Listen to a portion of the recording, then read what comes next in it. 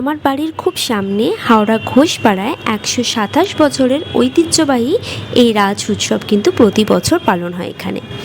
রাধাকৃষ্ণের আটচালা মন্দির, তার সাথে প্রতিষ্ঠিত হয়েছিল রাসমঞ্চ নববৎখানা এখানে।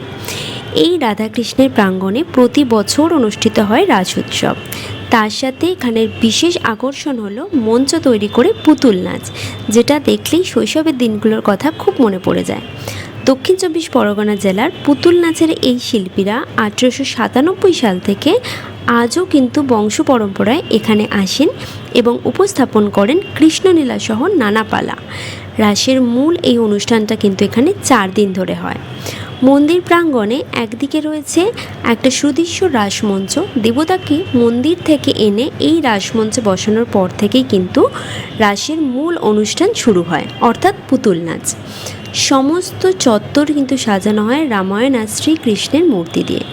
রাসের আসল মেলাটি বসে বাইরের দিকে, মানে এটা রোডের দিকে কিন্তু এই মেলাটা বসে। এক সপ্তাহ ধরে এই মেলাটা চলে।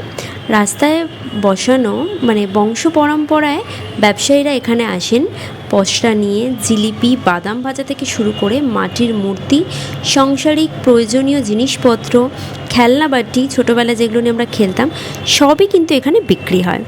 এই মেলা দেখতে আমার ভীষণ ভালো লাগে। তোমরা কজন